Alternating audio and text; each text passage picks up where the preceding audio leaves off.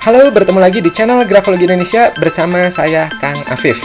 Pada video kali ini kita akan membahas karakter atau kepribadian seperti apa sih yang dibutuhkan oleh seseorang yang ingin menjadi seorang desain grafis berdasarkan ilmu grafologi.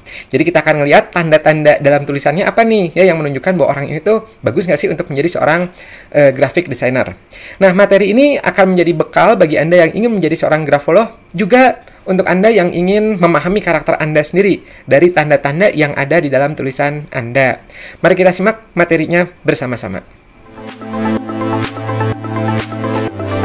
Tahukah Anda, di zaman digital ini, setiap orang mulai dari anak kecil bahkan sampai orang dewasa itu dituntut untuk bisa mengoperasikan komputer, ya, teknologi, digital, handphone, kamera, laptop, hingga alat rumah tangga. Begitu juga di kantor, dunia digital itu telah mengalihkan pasar dagang ke dalam bentuk tampilan internet seperti website dan media sosial.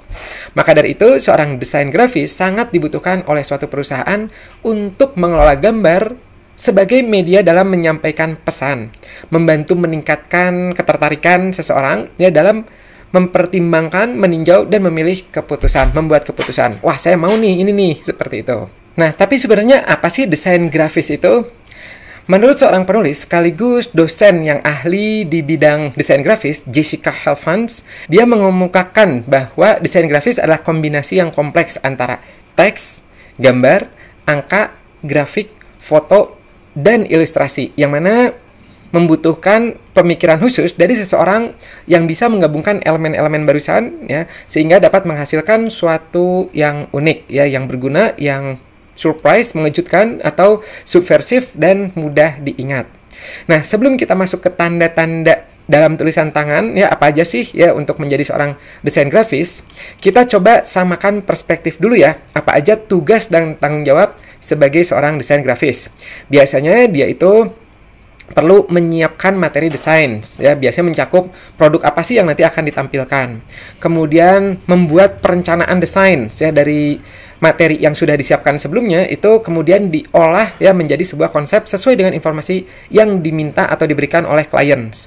Kemudian desain grafis juga dia harus bisa membuat ilustrasi kasar dari konsep yang telah dibuat, bikin draftnya ya gitu. Dan aktivitas itu merupakan pengolahan sketsa dari materi dan konsep yang telah dibuat ya sebelumnya ke dalam bentuk visual. Jadi di drafting ya seperti apa bentuk-bentuk visualnya. Kemudian baru langkah berikutnya adalah membuat desain visualsnya. Jadi kalau tadi draft itu dirapihkan lagi, direalkan lagi. Dan aktivitas ini ya membuat desain visual itu mencangkup pengolahan elemen-elemennya apa saja ya, elemen visualsnya terutama ya seperti garis, warna, gambarnya menjadi karya seni yang menarik untuk dilihat ya atau yang sesuai sama harapan kliennya. Kemudian juga desain grafis kebutuhan sekundernya adalah bertemu dengan klien ya. Jadi tidak semua desain grafis itu di belakang layar ya, ada juga yang harus bertemu dengan klien. Nah, tujuannya apa? Tujuannya untuk bisa mengkomunikasikan hal-hal yang akan dituangkan dalam sebuah desain, baik itu pilihan warnanya, tata letaknya, gambar yang dipakai, dan sebagainya ya. Jadi ketemu tuh sama kliennya. Kemudian juga akan lebih baik juga ketika seorang desain grafis itu mampu mempresentasikan pesan apa yang tertuang di dalam desain tersebut. Jadi bukan hanya dari segi seninya aja yang dinilai, tapi juga seorang desain grafis itu harus bisa menciptakan inovasi, menyajikan perspektif, ya, serta menyampaikan pesan yang tertuang dari gambar tersebut. Nah, jadi kemampuan ini sangat cocok sekali buat Anda yang ingin memiliki usaha dan terjun langsung di dalam dunia digital marketing. Nah, biasanya untuk menjadi seorang desain grafis itu ada karakter-karakter tulisan yang diharapkan itu muncul dari tulisannya itu. Seperti misalnya adanya color appreciation, yaitu bentuknya tulisan yang lebar, nanti kita lihat seperti apa ya. Kemudian creativity cultures ya, jadi ketertarikan pada seni, nanti kita lihat juga tandanya seperti apa. Ada imagination, abstrak ya, kalau ada ini lebih bagus ya. Begitu juga imagination material, dan juga line appreciation ya, ketertarikan pada garis-garis ya, dan juga manual dexterity ya, kemampuan koordinasi tangan dan jari yang bagus. Nah, sebelum kita lihat tanda-tandanya apa saja, ini ada disclaimer dulu, yaitu adalah jangan lupa ya, untuk di lapangan ya itu kita harus benar-benar mengkombinasikan satu tanda dengan tanda lainnya ya, tidak boleh hanya menyimpulkan dari satu atau dua tanda saja ya, jadi harus digambarkan secara keseluruhan. Nah, kita lihat dari tanda yang pertama, yaitu adalah color appreciations. Color appreciations itu adalah ketertarikan pada warna, ya. Biasanya ini suka ditemukannya pada tulisan-tulisan yang lebar, ya. Biasanya bisa karena pilihan pulpennya, atau karena pilihan pensil, atau cara nulisnya itu dimiringkan, ya. Jadi kalau pensil dimiringkan itu kan suka lebih tebal tuh, ya, lebih lebar. Nah, itulah tipe-tipe color appreciations. Kemudian juga tarikannya biasanya rapih-rapih, ya. Kemudian bersih tanpa coretan, jadi nggak coret-coret gitu, ya, ngalir. Kemudian juga biasanya tulisannya itu tampak sempurna dalam satu kali goresan. Nah, jadi itu menunjukkan salah satu kemampuan seni juga di situ, ya.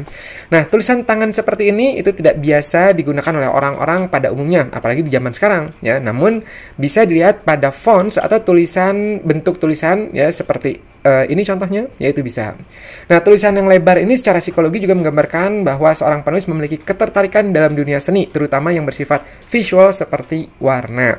Bahkan dalam beberapa case, ya, tulisan yang tebalnya bukan karena ditekan, ya, tapi karena pensilnya dimiringkan, itu juga secara psikologis itu menggambarkan orang yang penuh empati, ya, yang suka merasakan sesuatu.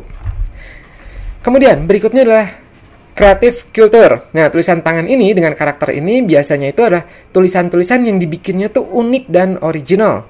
Biasanya bentuk tulisan ini itu hanya dimiliki oleh orang-orang tertentu saja, ya, yang mana mereka cenderung menaruh nilai-nilai estetika pada tulisan. Dan umumnya seseorang dengan tulisan ini memiliki pendekatan dan pemikiran yang khas dan bisa menunjukkan dirinya itu apa adanya secara utuh, ya.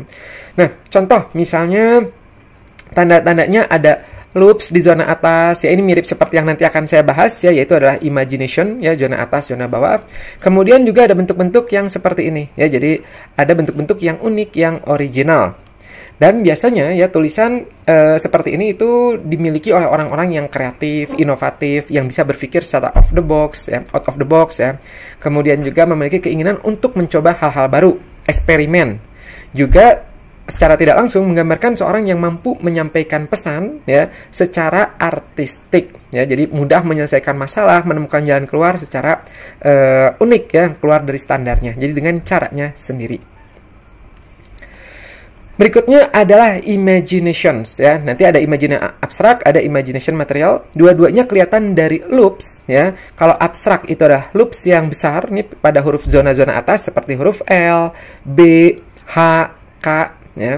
Dan satu lagi adalah imagination material. Ini kelihatan dari loops pada zona bawah seperti huruf Y, G, J. Baik imagination abstrak maupun material itu menggambarkan orang yang ada potensi untuk mampu melihat secara visual di mental image-nya, di dalam pikirannya itu berimajinasi, ya. Bedanya adalah kalau yang abstrak tadi itu biasanya dia mampu melihat imajinasinya tuh seperti ide, perencanaan, konsep. Sementara kalau yang material itu lebih ke kayak misalnya praktikal, ya, imajinasi yang sifatnya tuh praktikal. Seperti misalnya, wah, kalau ada kotak bekas ini bisa dibikin apa ya? Nah, itu ada bendanya, itu adalah imagination material. Jadi melakukan sesuatu, berimajinasi dari hal-hal yang sifatnya itu konkret.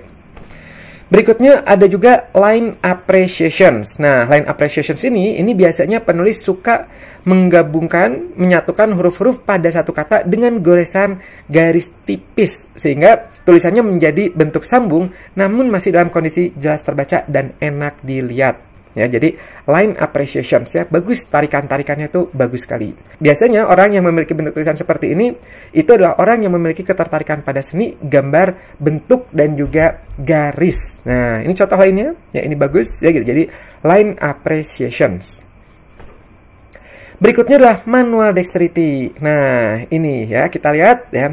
Jadi manual dexterity itu adalah bentuk yang bisa kita lihat dari huruf M dan N dengan puncak dan dari lengkungan atasnya tuh membulat dengan seimbang, ya, konsisten, bagus, rapih seperti itu, ya. Jadi kebayang, ya, orang yang bikin seperti ini tuh dia biasanya memiliki koordinasi tangan dan jari yang bagus, ya, bikin rapih seperti itu. Nah, biasanya, ya, ini ya suka disebutnya manual dexterity ya, atau koordinasi tangan dan jari yang baik. Biasanya orang-orang seperti ini tuh tipe-tipe praktek, tipe learn by doing, ya, melakukan sesuatu, belajarnya tuh sambil praktek, dan juga dia bisa mengaplikasikan sesuatu itu dengan tangan dan jarinya. Biasanya cocok nih ya untuk seni-seni, atau kalau misalnya desain grafis tuh ya sambil menggambarnya ya, atau misalnya harus membuat kayak produk-produk barunya, itu biasanya orang-orang ini lebih mahir dibandingkan yang tidak ditemukan manual dexterity-nya. Nah, oke, sampai sini dulu ya tanda-tanda dari desain grafis. Bagaimana? Apakah ada dari salah satu contoh barusan itu yang ditemukan pada tulisan Anda? Boleh sharing di kolom komentar ya. Wah, saya ada nih, saya ada semua ya, atau jangan-jangan Anda tidak ada ya. Nah, bagi Anda yang baru bergabung di channel ini, boleh Anda like dan subscribe channel ini. Jangan lupa juga untuk aktifkan loncengnya supaya tidak ketinggalan info-info menarik lainnya.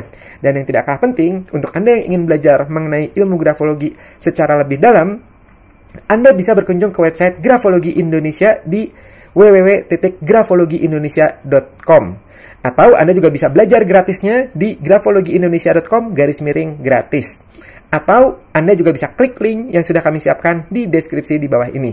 Semoga bermanfaat ya, dan jangan lupa untuk tonton video-video kami lainnya. Terima kasih dan sampai jumpa.